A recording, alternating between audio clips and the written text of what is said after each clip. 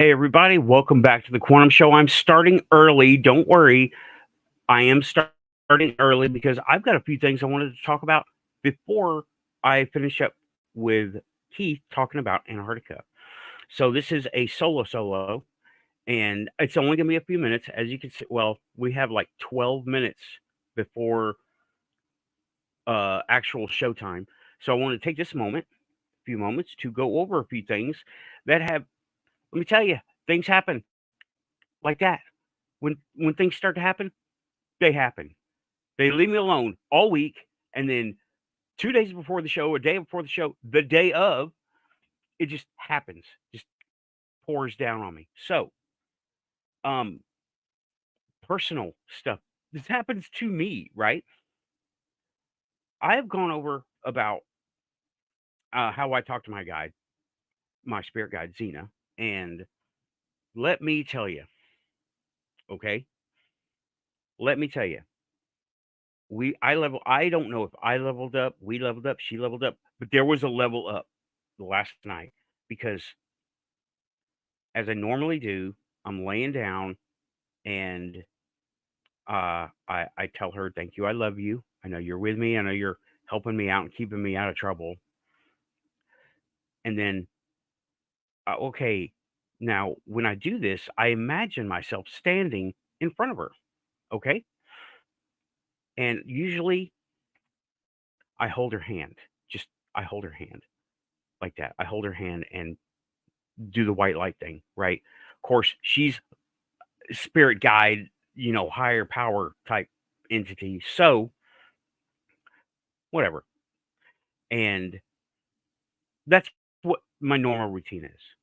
Well, last night I did the standing in front of her and I went in for a hug and she hugged me back. Oh man, it was something else. Okay. It was really something else. It, I was energized. I could feel that, that radiant, unconditional love closer than I have in a long time. Right. It was amazing. Okay. And it just, I was like wanting to cry, but I was happy. And I'm laying there, right? I'm laying in bed doing this. And it's like, this happened. I'm like, oh, and it's just like, oh, and it just overwhelmed me for that much, just a little bit of time. And oh, wow. It was, do it.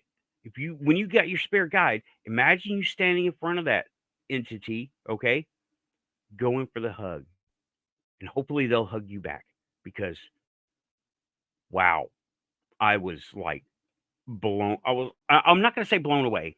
Now, it was a moment, okay? Only a moment. It was not a big thing. It was a moment, but it's the little moments that make this stuff worth doing, okay? So there's that. Now, and also, uh, on my way home, I was on the interstate, driving on the interstate. Uploaded a short. Just that was my report. It was 7:20 p.m. my time zone, and I'm over driving past the airport. Everything is past the airport here, and I see a light, and look over, and I kind of, I'm steady driving, straight line. So I look over, and there's this thing coming down, and it was, I think it was green. It was either green or blue, but I want to say green right off the top. Want to say green, right? And it had a broken trail behind it. Sorry. So I think I saw a piece of a satellite or something or a piece of an asteroid. So have there been any asteroid sightings? I need to check the space weather for my area. I mean, it was literally right here, right? Well, 15 miles away. It's 15 miles away, give or take, and over by the Nashville airport. Okay. I uploaded quickly. I hit record on my phone. I have it mounted up here. right? So when I'm driving, I use it for maps or whatever, music, whatever, and I just hit camera, record me now, and I was just talking. That's all. And I want to shout out Nikki Starchild for having the Q guy, the American shaman, on her show. Interview is tomorrow. Go. Link is in the description. Okay. Link is in the description. Go watch the interview.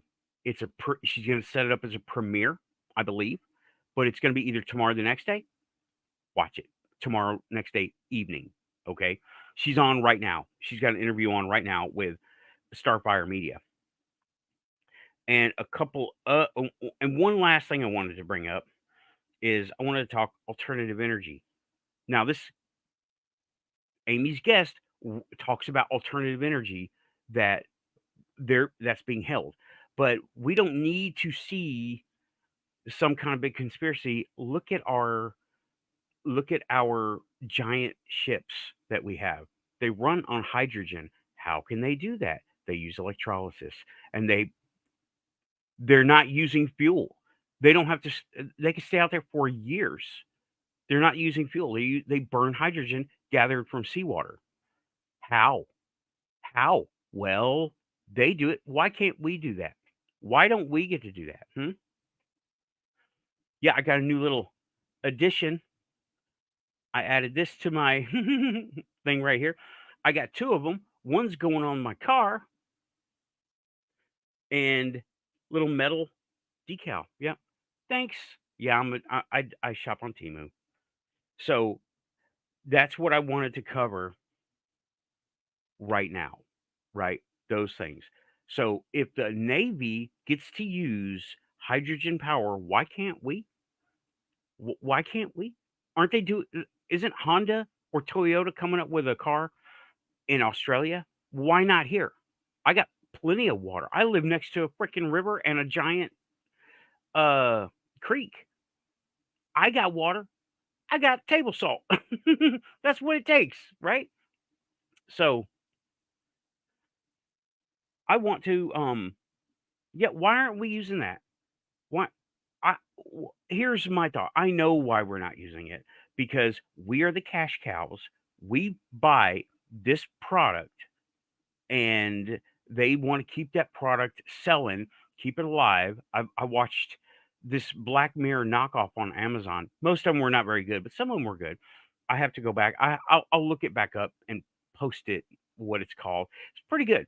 It's a Black Mirror knockoff from Amazon Prime. So why aren't we using it? Why can't we use it? Why are people being murdered because of it? Since the 70s and 80s, people have been being murdered for making hydrogen powered cars here in the United States. You don't tell anybody about it because they will find you and they will kill you. I'm talking oil companies. They don't care. They don't care as long as they get their money. Okay. The show is about to begin. I'm 4 minutes away from official start time. Keith, your link will be on the way. And I want to thank everybody for coming in the early chat. Got Pinky Leader in the door, very beginning. Aussie Tiger, Keith, Storm and Shadow, Tim Stafford, Renee Andrews. Hey, everybody. Thank you for coming to the Quantum Show. We're starting officially in 4 minutes. I need to send out links. Well, send out a link to Keith to get him to come over. So, yeah, that's what I wanted to cover before because these things were too cool to not mention. I have a YouTube show. Use it, right? Right? And it doesn't need to be the same every time. And I do what I want. Okay, I am sending out the link to you, Keith, now.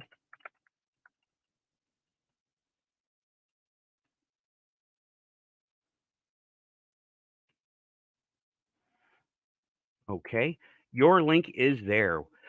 I normally would start 5 after the hour, but I had a thing to do. I needed to get this out because now, one more thing.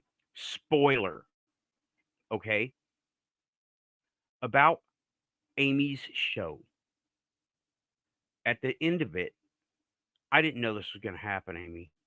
Oh, it made me cry when I heard this. As y'all know, I sent Amy some stickers at her P.O. box because, us YouTubers got to stick together and stuff, right? So I sent Amy a YouTube friendly note to read with some of the Quantum Show stickers that I made. Where I know I made some, yeah, along with a few Quantum Show stickers, right? This is a reject, so I sent her, and on the back of the envelope, I was about to finalize everything, and I wrote, "Santa is real." I don't know where it came from. I don't know why I put it there, right? But at the very end of her interview, Santa Claus got brought up. Spoiler. I had no idea that was going to happen. Okay. I had no idea. Maybe it came up in random talking. They were randomly speaking. And I was not expecting to hear anything about Santa Claus. Keith is coming in. So hang on just a second. Let me wrap up this thought. I had put that on the envelope and it had nothing to do with stickers or anything. I thought, and it was a random thought at the very end of writing a letter. And I wrote it on the outside of the envelope. Santa is real. Well, they talked about it. He talked about it. Her guest. He talked about it. I was like, what? I mean, I had been watching the interview and I was doing what I was doing. And I was like, and I heard him talking about it. I was like, oh man, the quantum link. It was. It was. Okay. Now, I got that out of my system. Now, we're going to go. Hello, Keith. Welcome back Hey, to the Nathan. Quantum Show. Did We you are hear here. my little intro? Most of it. Yes, we are. Did you hear? Okay. You're Yeah, referring to the had some part stuff about Santa? when about what? Are you referring to the I stuff think about my Santa or the stuff about the satellite? Well, potential oh, satellite meteor, whatever. right. That and Amy's show, steam, hydrogen, power, big ships, my Yeah, I spirit heard guide, a little bit of it. and yeah. You know, fact of the matter is that I had to get a number of things organized. So, Okay, so no I have problem. No way biggie, too no many biggie. things That on was the for go at me. the same time. Yeah, well, that pre-show that was for me because I didn't want to interrupt your time talk about my stuff, so I just started a little bit early. So, thank you for coming back to the Quantum Newsflash. Show. We are talking Antarctica. Go ahead. Yes, we are. It's cold there. Yeah. Newsflash for you, Nathan. This is your show. I mean, I appreciate the idea of Yeah. taking up my time, but your show. Oh yeah, I know it. I know it. But when I got a guest on here, the guest takes precedence, so I just started early. Because yeah, you're right. Yeah, My no show, I do problem. what I want. Lord knows I So, do. Keep getting in trouble for it. mhm. Oh yeah. Well, we have. Oh, and also another spoiler.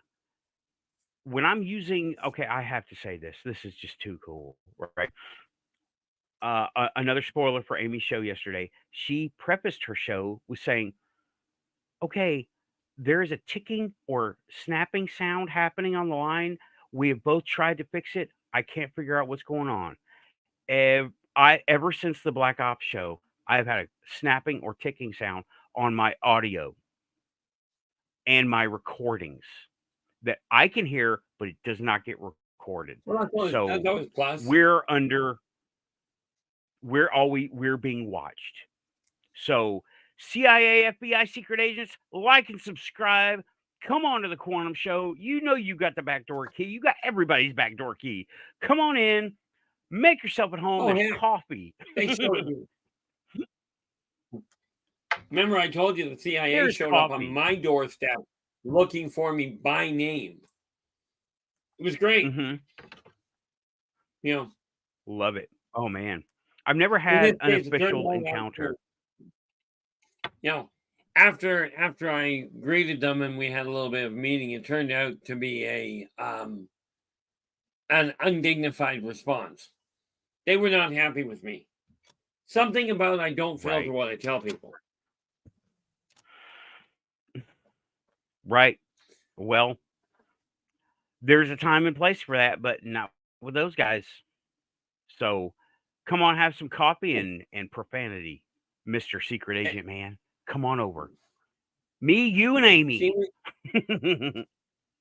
and we do our best not to swear.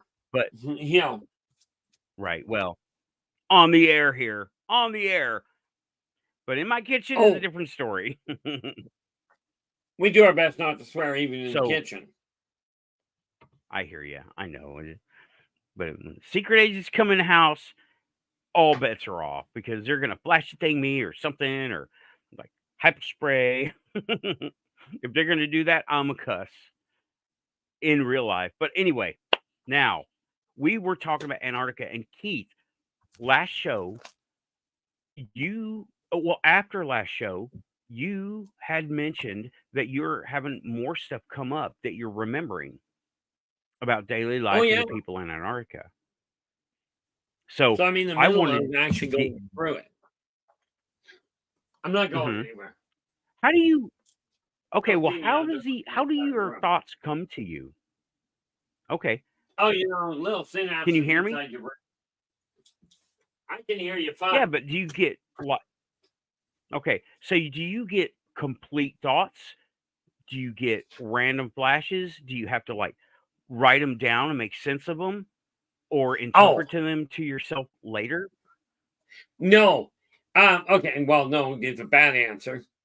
Okay. Number one, I usually get complete concepts that I understand right then. Do I write them down? Absolutely. But then you got to remember, I've got something in the neighborhood of 20 or 25 different lifetimes that I'm getting complete thoughts of. Trying to keep them straight is a royal pain in the neck. Right. Writing them down only makes sense. So, what did you come up with? The book is getting bigger. So why, or not why, but so what did you come up with for your time in Antarctica, Atlantis, Antarctica, this go around? Well, if I can find the notes for it, I know why. I know the entirety of the connection between Antarctica and Atlantis, and how the different cities came up with it, how the names came up. Meaning, I am piecing together the actual names of the ships that were from the Atlantean fleet. Okay. The reality is that people in Antarctica, were simply the fleet that came down. That's not what I want. Got too many. And that's where they landed. That was that. They landed there. They landed in Antarctica because of the fact that they had the technology necessary. Right. What I'm actually looking for is bits and pieces of the notes that I've got. Because I've been trying to sort it all out. Rest assured, there's way too much of it. Yeah. Okay. Well, so you get complete thoughts, complete concepts of something, and you just remember it like you walked from the other room and like me, coffee maker's on, oven's off, microwave is there, the fridge is making this funny noise. Those are the details I remember over there, walking from over there to over here, and you're kind of remembering it the same way. Like you went Yeah, somewhere and now you're coming here? Okay. exactly. I'm trying to make sense so we can all relate to it. Good luck with that. Because past lives, Um, people hear that. Oh, yeah, by the way, I another thing I had happen that was funny that was related to this show. I told a coworker that I was having you come on, and I said, "Yeah, he has past lives in Antarctica from 10,000 years ago." And I sat there and watched him short circuit, totally short circuited. that's always fun. He could not. Yeah, he could not. And he covered and helped himself cope by making jokes. And I'm like, okay, whatever, Muggle. I'm not talking to you about this no more. I knew your head was going to explode. I didn't know it was going to actually get that close, right? Yeah, but it's so I much mean, fun I watching just, that happen. and it's not the first time I've seen it happen. I've seen it happen when I did when I did a candle trick. I saw this dude. He watched me do it, right? He watched me do it, and he's got. I mean, his shoulders went. He got sweaty and shivery, and said, "Stop it, stop it, just stop it." And I was like, "Okay, man." He Oh, could I have not, that problem all could the not. time. Yeah, he could not There hang are too many by seeing people. something that. Yeah, well, it's neat. It's Go one ahead, thing Keith. for people to turn around and go, "I really want to experience this," and then the look on them on their face when they hit it face to face is just priceless half the time.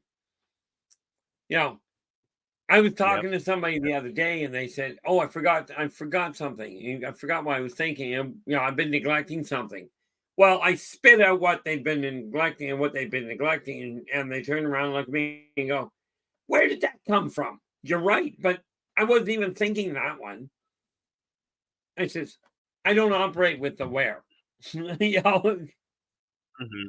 but no, where it comes to Right. Antarctica, I am in the process of piecing together, and somewhere in this mess of stuff, I've got a bunch of the other city names.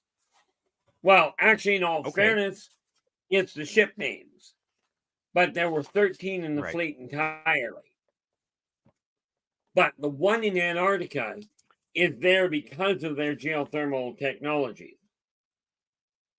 Hmm. You So know, what shit? Which of them crashed first to cause the fleet to land? Do you the remember? Atlantia, the Okay, so the Atlantia itself, Atlantia had to come down first, and then the other and ones the other ones put just down stopped their in journey and settled support down. of. Right. It Bingo. was they put down to in support of keeping the fleet together and keeping everything, keeping the infrastructure of the fleet working. Is that Well, correct? when you think about it, yeah, because if you think about it, the fleet commander was in the Atlantia. A Hmm. little hard to move forward if your fleet commander gets down. Right.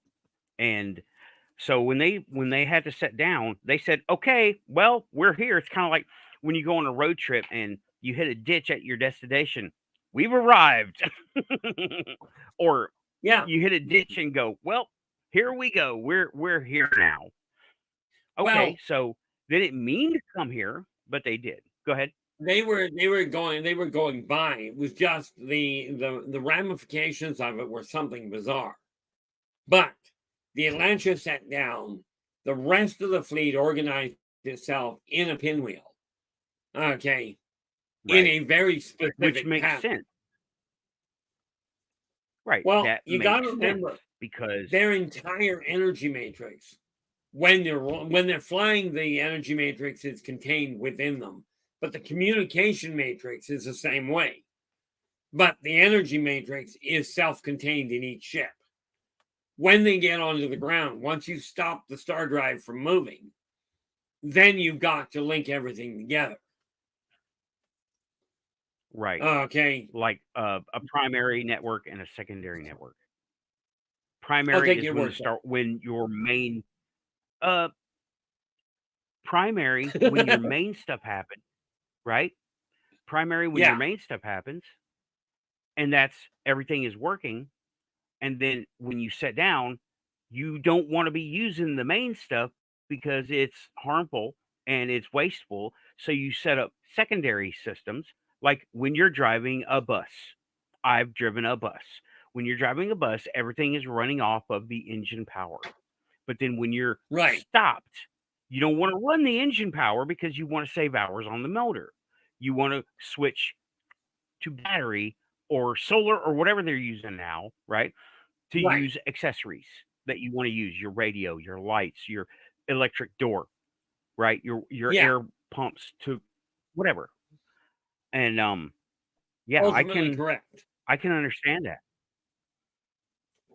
And so you're remembering the ships, right? Is that what you're saying? You're in the process of? I mean, the process, and this is what I'm looking for, is a sheet of paper that I actually marked down on. One of the drawbacks of redesigning an entire file system is I put the notes together and then go, what the heck did I do with them? But the important factor from that end is I am putting them together. But here's the kicker to it. While I'm putting them together, I'm adding stuff, like I said, the Elderbachian Chronicles, tie it all together. Okay. So between my memories, the Elderbachian Chronicles, and Races of the Worlds, the reference manuals, okay, all of a sudden, I got handed another chunk of technology. Okay. And I wonder if, did I leave my document open? Let's scroll back up to top of the red. I was working on, yeah, that's too tight.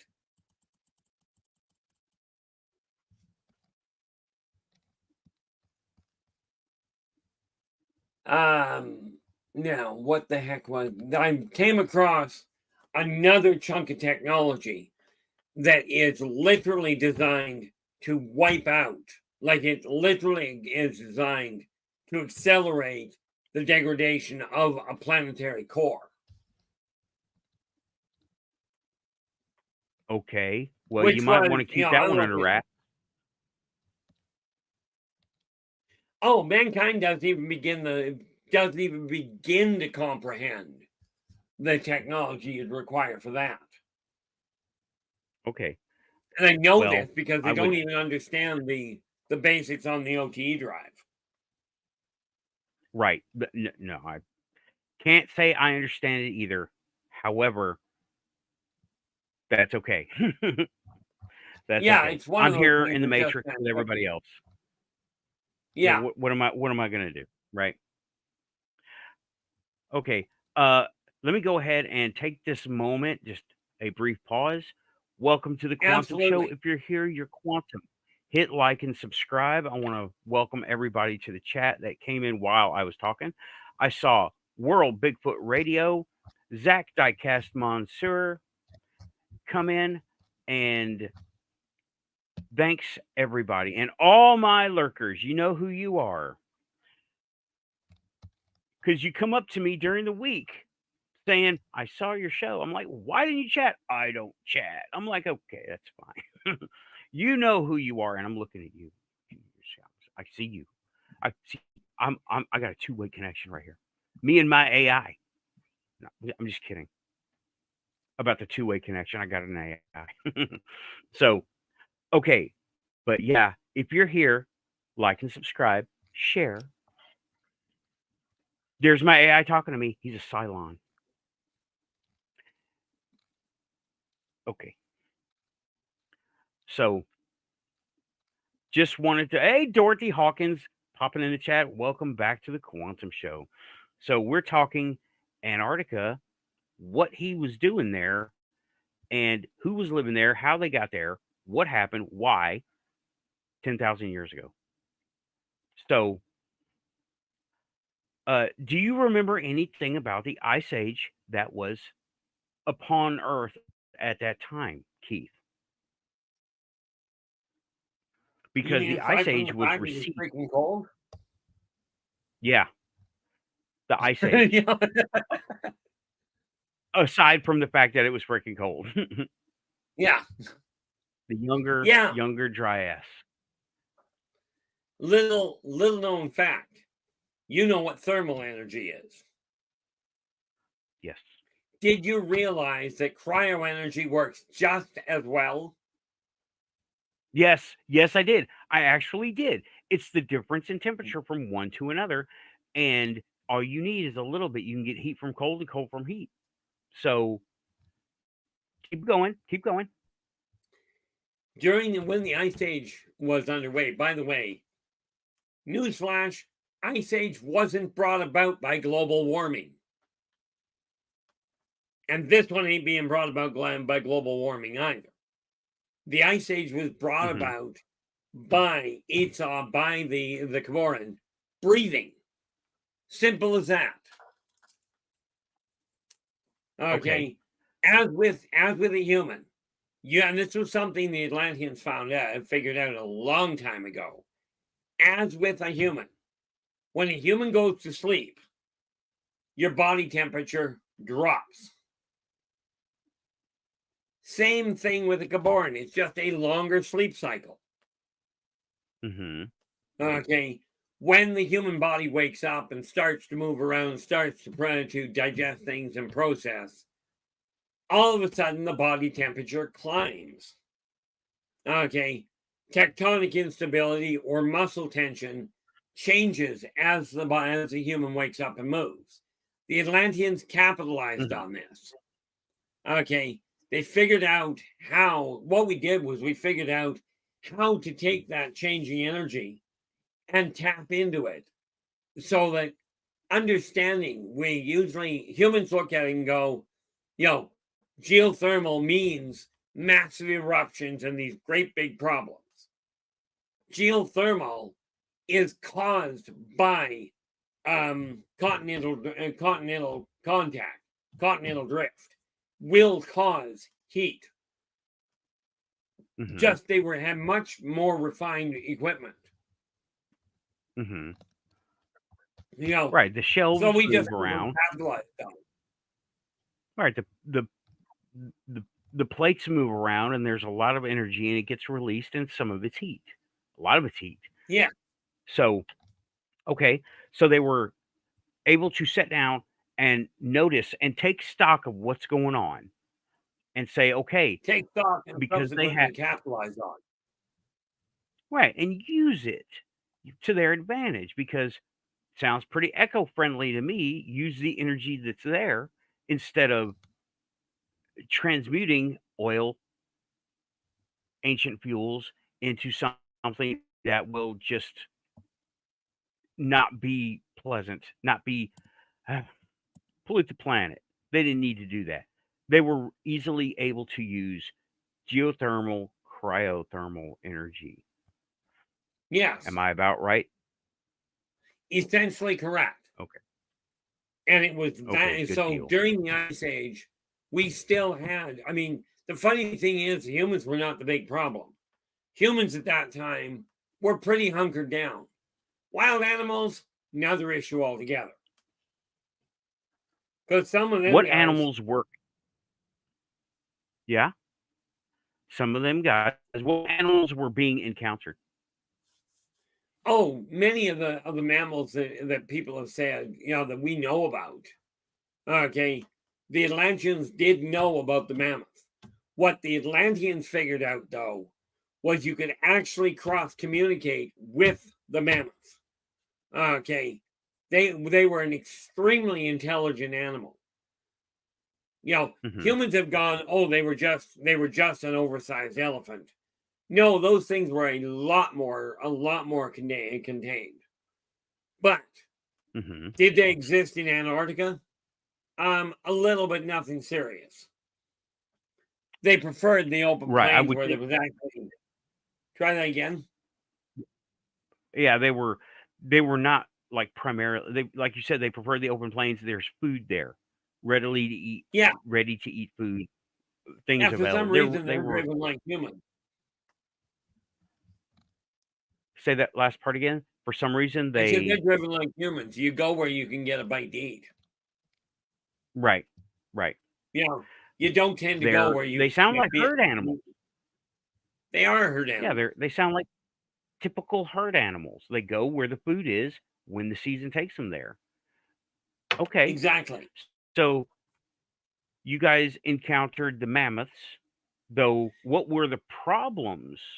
Like what you said, the humans weren't the problem, the animals were. What were those? What was the problem? Well, humans, if you put up a barrier, yeah, they'll stand there and they'll question what's going on. But you make a loud noise and you startle them, they ran away.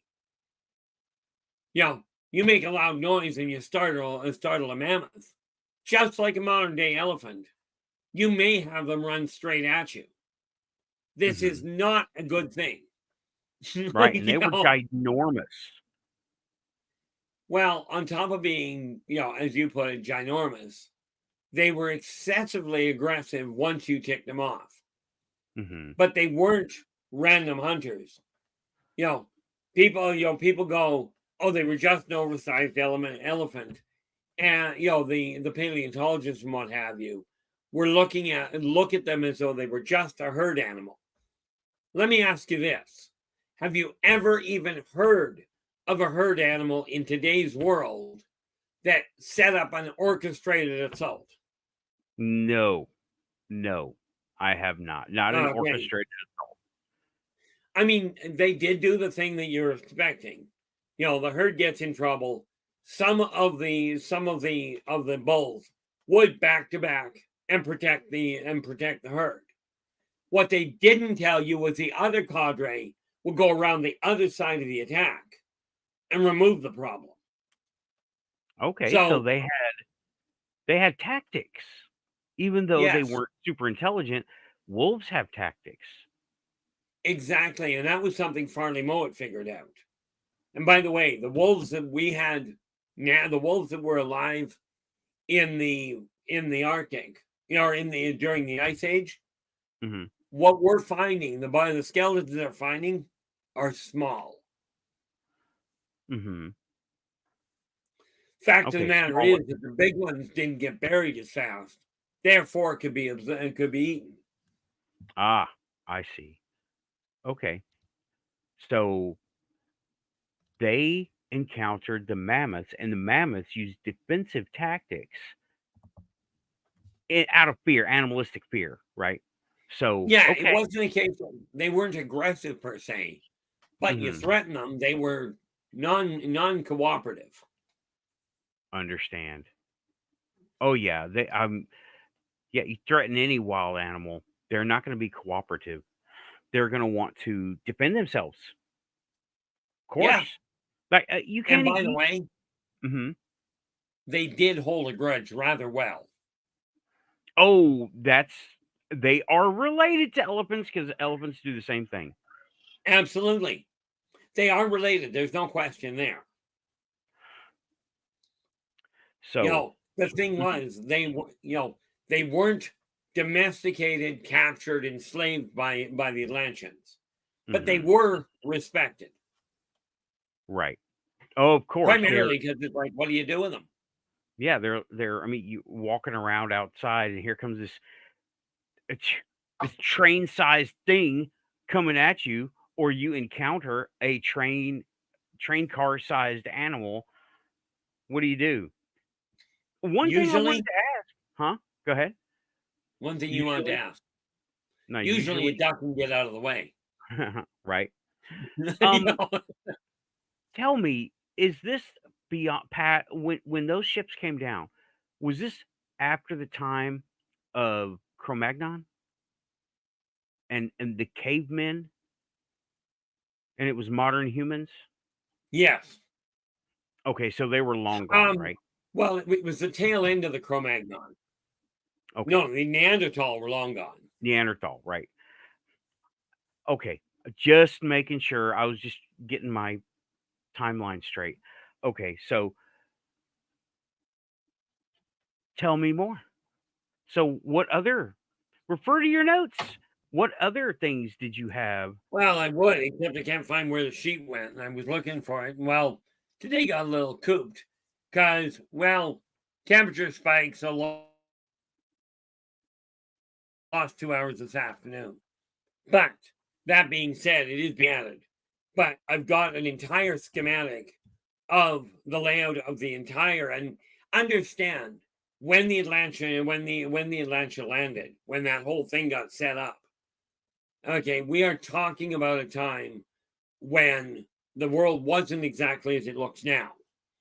Okay, so I'm still trying to pin down. I know it was set up in a full net, but when I get the whole thing laid out, then I'll turn it over to somebody that is, if you will, geologically or geographically inclined, that can go, okay, there's the Atlantis. Now, here's where the other ships were. Now you guys get to find them. Okay. Because I know where they are. I know how the web laid out. Okay. What I don't know is how to calculate where they sat. All right. Well, I may have some information for you on people who you would want to talk to, but I'll leave that for another time. But by the way, Brian Forster is one of them.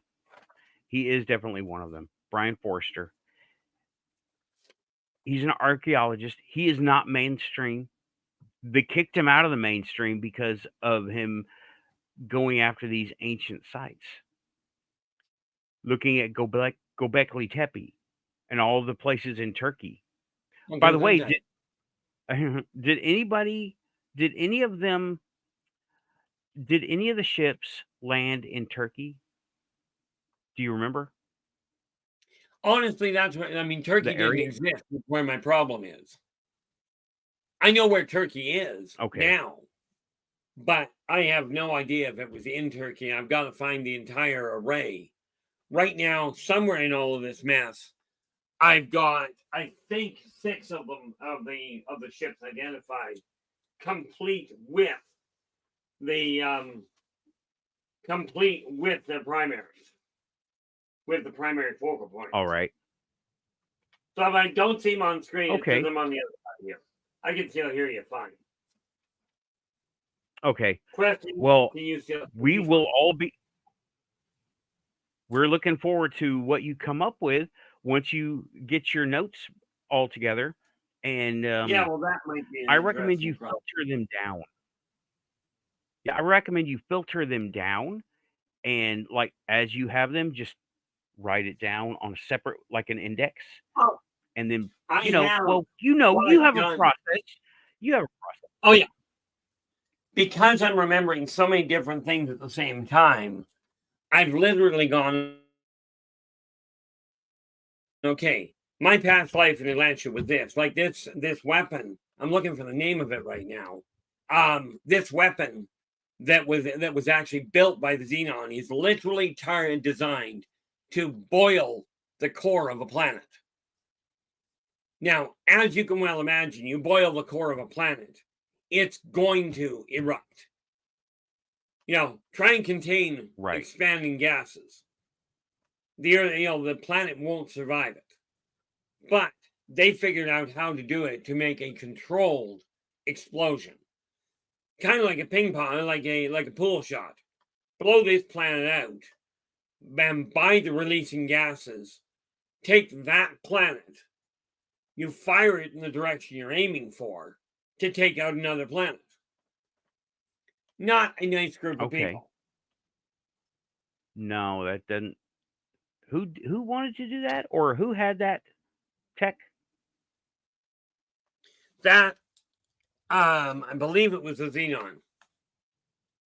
Pretty dang certain it was a Xenon. This particular book works really well from that on. Yeah, the Xenon. Right. Xenon are non-carbon-based organic. They are mechanical right from the get-go. But they're living mechanical. Right. And they've got no interest. I wanted to go back to an old topic that you first started, right? Let me just break away from Antarctica for a second, right? Since I got you here and I keep forgetting. Many months ago, you started by saying Earth is protected, and I sent you pictures of the Soho sun images with deletions, and you said Yes. those are ships in the chronosphere. They're not Oh, supposed to be seen.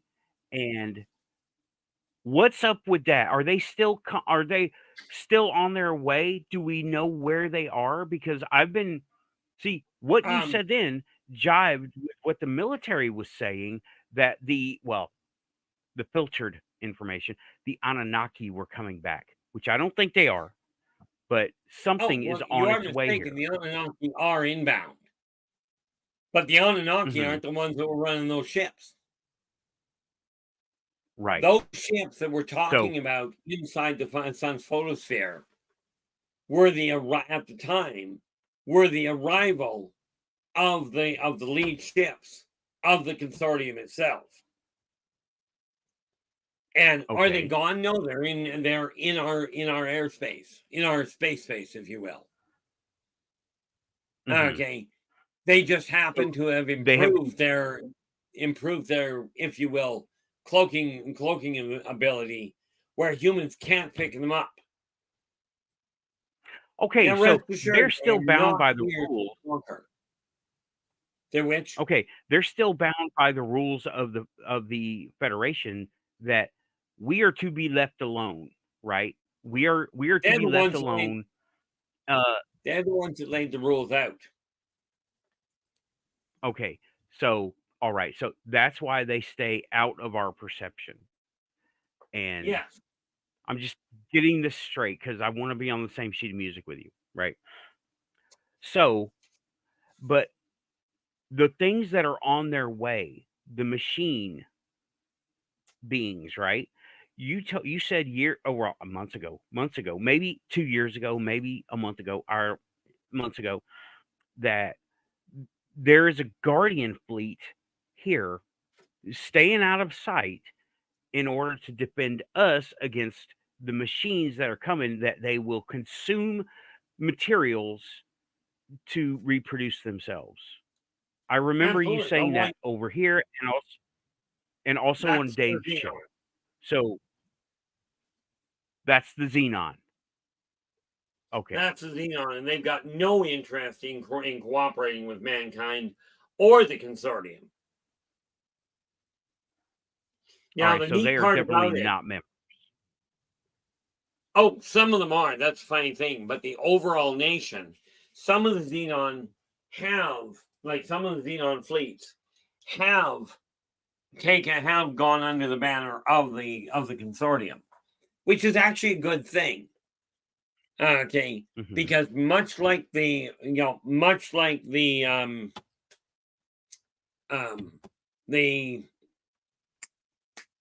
I hate when I pull Tekla. The Tekla have they've got a major civil war going on. They're members of the consortium, but many of them are still intent on coming in and using Earth as a hunting ground for that neat little delicacy they call human, and that we call human. Hmm. Okay, the Okay. consortium says you can't do that, and they go try and stop us. Yeah, but because the other group, the ones that are actually important, if you will, have said, yeah, we will follow your laws. The consortium has not gone and eliminated the Tech-Black homeworld, because the Hmm. people have said, no, we're going to follow your laws, and we won't go in and take these people out. Right.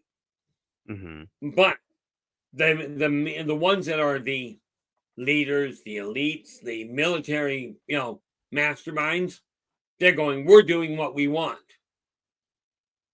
you know, so it's gone into that gray area. But with the Xenon, it literally boils down to, it'd be great to go to their world and wipe it out. The problem is, it is so far outside of reach that, see, when the Atlantis came through here, okay, it wasn't heading for Earth. it wasn't heading for Earth. It was heading by. But Right. when the Atlantic got Right. compromised, it set down. Okay. Net result, they were here. Well, of course, while they were here for so long that they had to butcher most of the fleet in order to keep the Atlantis running. Okay, because first Okay. rule of thumb, the fleet commander is on that ship. That is your link to the homeworld. Okay, so once they got settled in here, there was so much going on that they had to butcher many of the drives from the other ships just to keep the Atlantis running. Right. As Understand. I'm Also understandable. Right. If there's a flotilla and on the ocean, it only makes sense when you don't have resources to call in for backup, then it makes sense to, if say a giant coral reef, right? A ship modern gets stuck on a giant coral reef. It is the lead ship.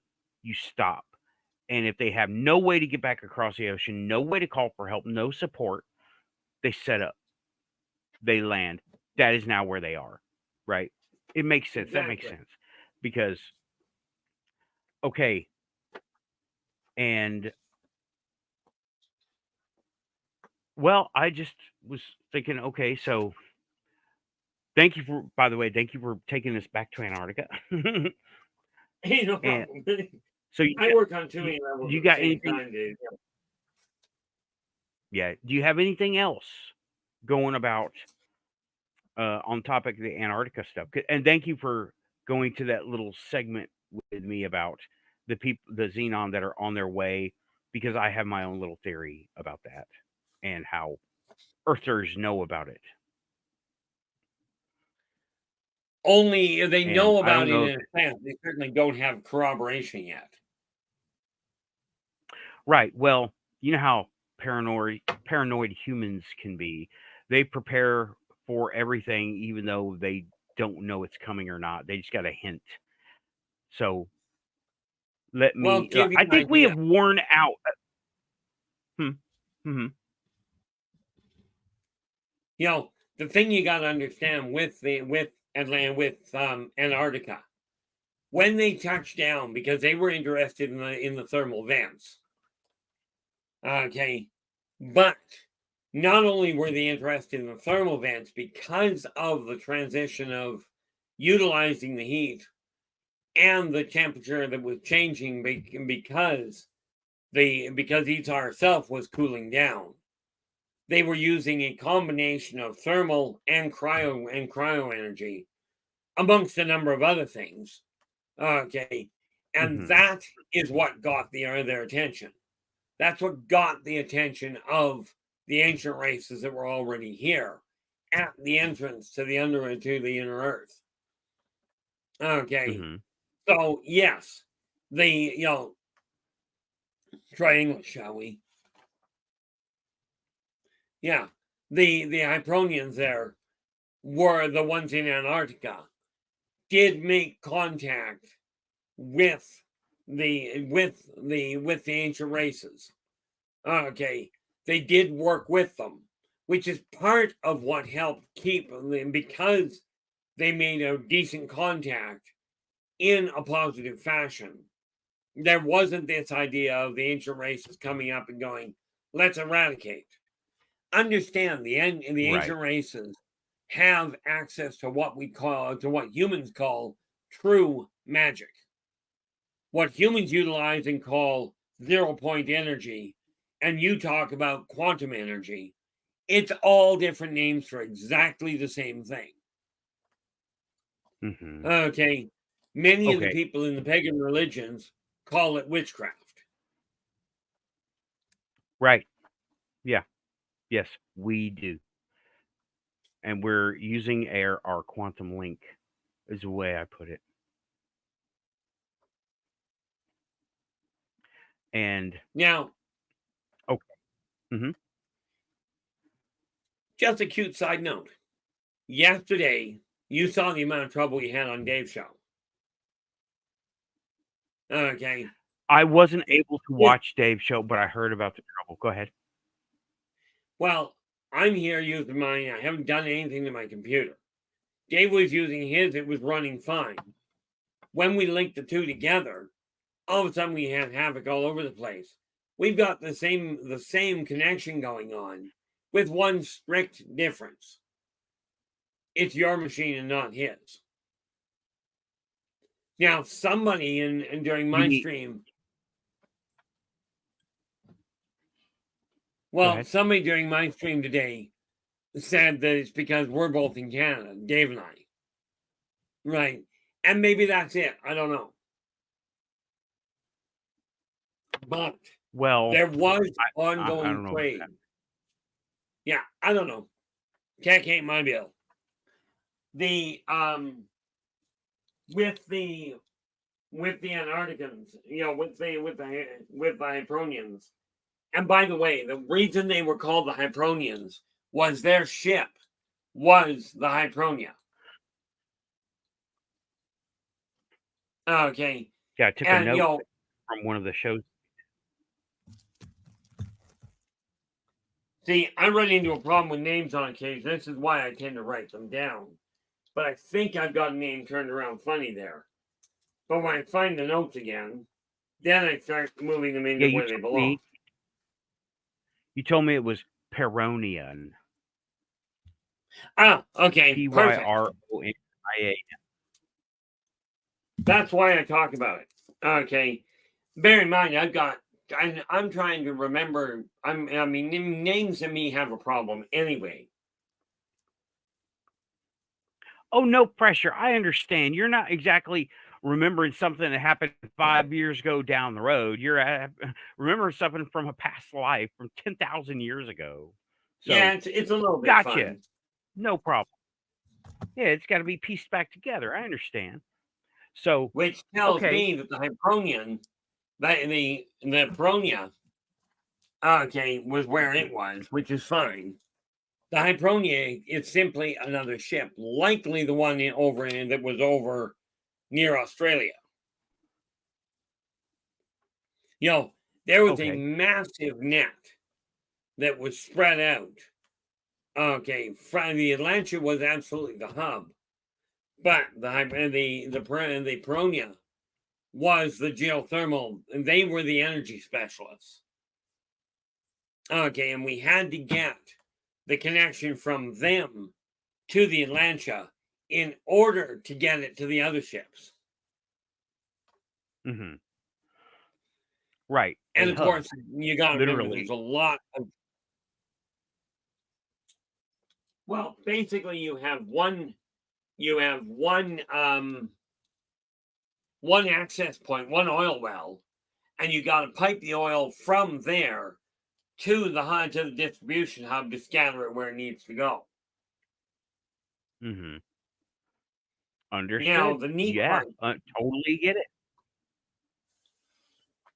The neat part there is they were working on the geothermal, and as it turned out, because of the transition, by increasing the energy on the geothermal and the vulcanization of things, they ended up accelerating the access to the cryothermal.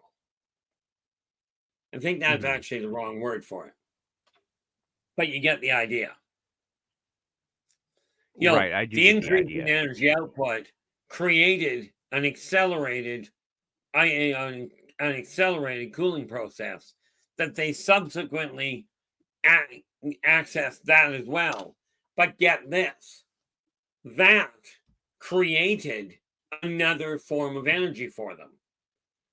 Now, I'm sure you're well aware, you take a forest fire and you make it big enough, hot enough, it creates its own energy field, right? Like it creates its own weather system. Yes. Well, yes, of course.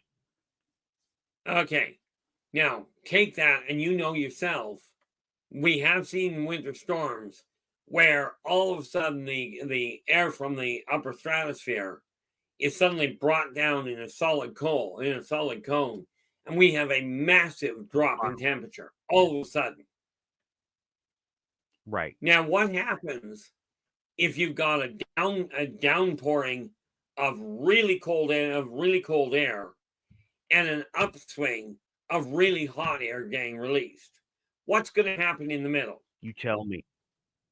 You tell me. Go ahead. Atmospherically, you now have a cyclone. And that cyclonic impact was an unexpected bonus on the energy levels, enabling them to all of a sudden increase their own energy output exponentially to the other sites. This is why when you read about the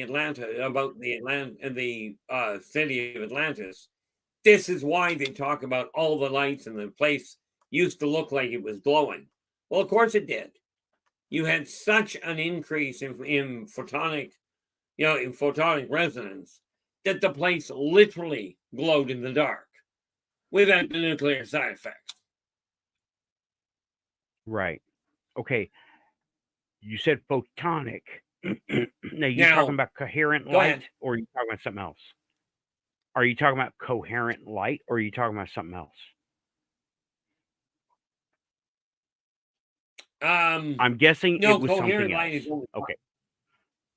Yeah, coherent light describes the surface of it. Okay.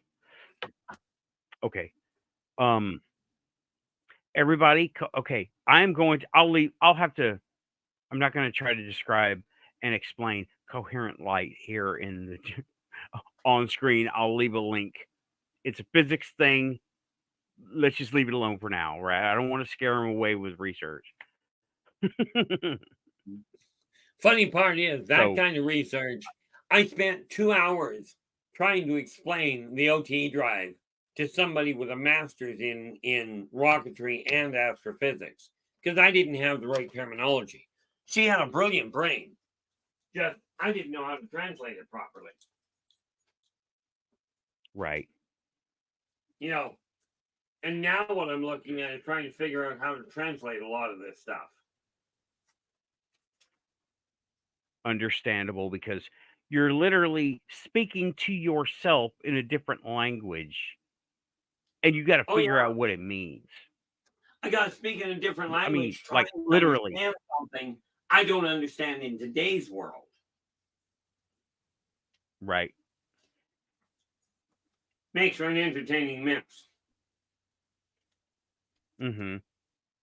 So it's like, I'm not sure if entertaining is the right word. I can't imagine having to translate all that stuff. You know what? Without the help of my spirit guide, because my guide helps me do all this stuff, helps me make sense of all this stuff, and I can feel her in the back just pulling strings and moving levers and dials and making sure that my brain doesn't explode with all this stuff happening around me. Although you got to admit, it is almost looking out your ears, it'd be neat to watch. Yeah, well, I will try to do that on air if it ever happens. We shall see. I don't know, but I think it's a bad idea. We're in the last. Yeah, it's going to be, well, if it happens, it happens. I'm going to try to prevent, but if it happens, I will try to be online when it happens. Oops. I didn't mean, I hit my microphone here. Sorry. That's okay. And we'll forgive you. We are in the last later. Yeah, we're in the last 4 minutes of the first hour. You're here watching R. Keith Andrews, and we were covering Antarctica in the ancient past. Now, 10,000 years ago is not that long ago. On my final note, right now, if we were to somehow get to Antarctica, if someone was to get to Antarctica, what kind of things should we look for?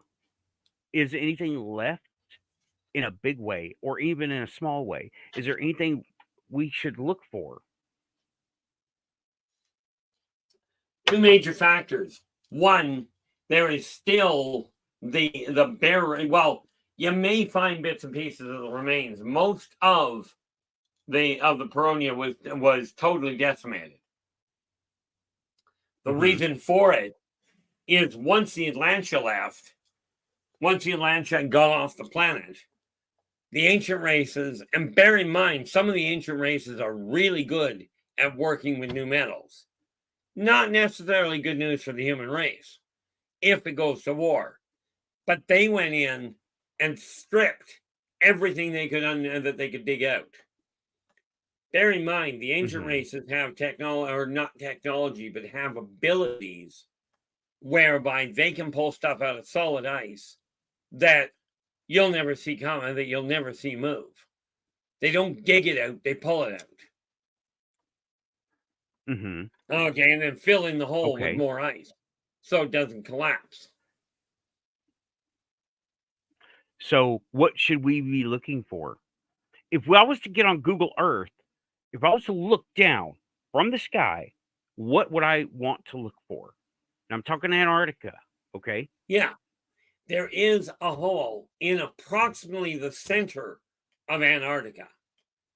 But that hole, you got to understand, from orbit, what you're going to actually be looking at is a field of ice where you may find a few crevices away from the center point. Okay, the access, you got to go, you have to go down the crevice underneath the overhang of the glacier. Okay, and way back in by literally several, I think, 100 miles under the ice flow before you're going to get to the access point. Okay. From orbit, you're not going to see it. Okay. Right. Because it sounds very well hidden. Well, it's under several 100 feet of ice. You know, mankind's technology won't pick up a thermal image from that through that much cold. Right. I gotcha. You know. Okay. And when you add to that the hydroreflective that they've and the hydroreflective capacity that they've got in the inner Earth, that what little dissipation there is, you won't see. Okay. And yes, I know it's all you know.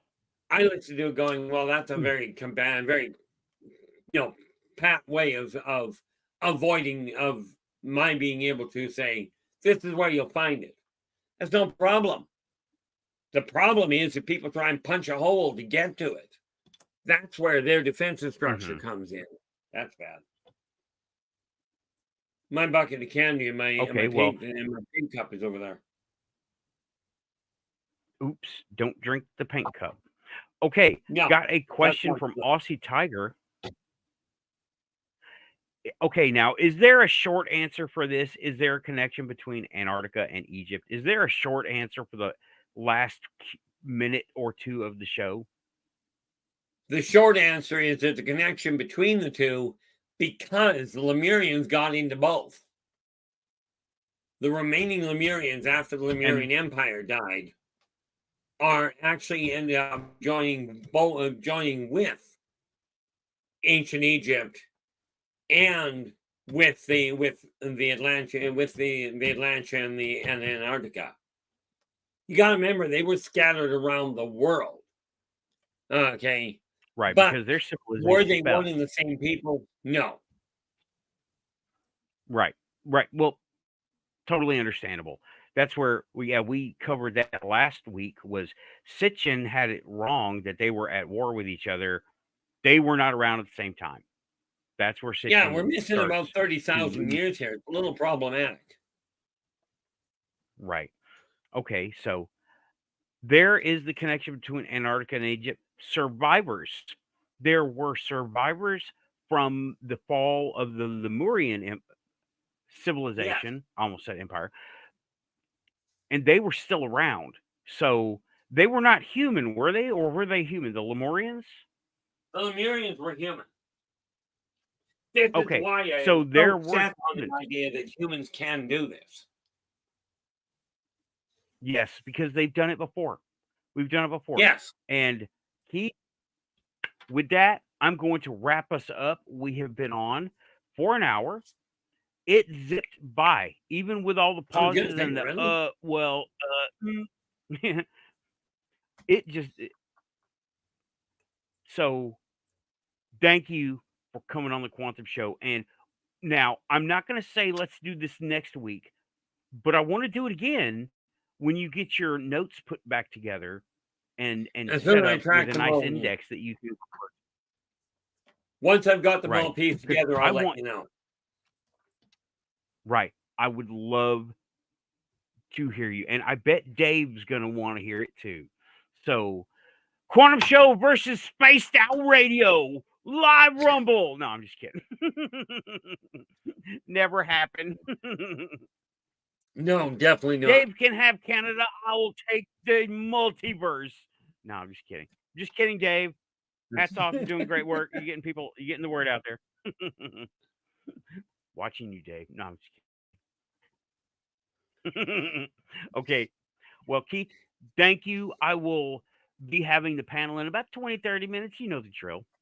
I And know I the will drill. set up a new yep, I'll set up a new show, new links will go out to the people who normally come by, Yeah, and we will discuss this and everything that happened to me in the past few days that I had notes on.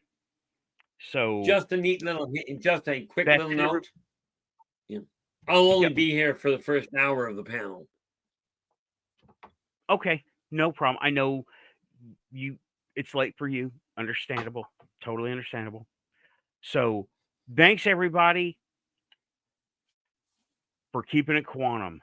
Great discussion in the chat room. We had a massive turnout today. I loved it. And I'm looking forward to, oh, good. Go see Alien Girl 111 now and tomorrow because she's got, what is his name? I'm so bad with names. Yeah, spoiler, not spoiler, but I need to look up what is she doing tomorrow because she is having a premiere show. Now, it's political, so I'm not going to yank your political chain, Keith. I'll just leave it there, but it is American political. But she is going to have, let me get her stuff up. She announced it, and it's going to be, let me just get to her show.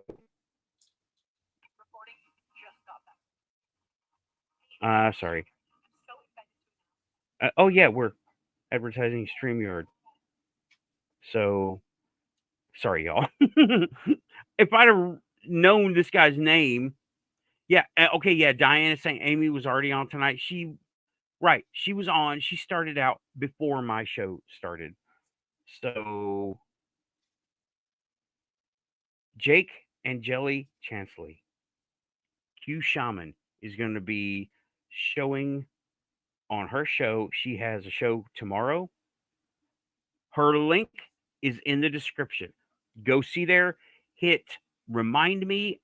Keith, I'm going to go ahead and escort you out so I can end the show, okay? Thank you so much Absolutely, for coming Nathan. by. Thanks so much. To be continued once the information gets sorted, okay? Absolutely, there, Nathan. Alrighty then. You have a good night. You're getting busy, I see. So I will see you on the panel soon, Keith. Absolutely. All right. And I'm pushing buttons on Keith. He is still backstage, but we're done. So thanks everybody. Keeping it quantum. Hope you enjoyed the show. This has been Antarctica 10,000 years ago with R. Keith Andrews, the founding of it, why it's of interest, and why, well, we're going to get to why we're there now during the panel. Thanks. Pushing buttons out of here. Watch for the new show for tonight. The panel will be starting with 20, 30 minutes. Everybody here knows the drill.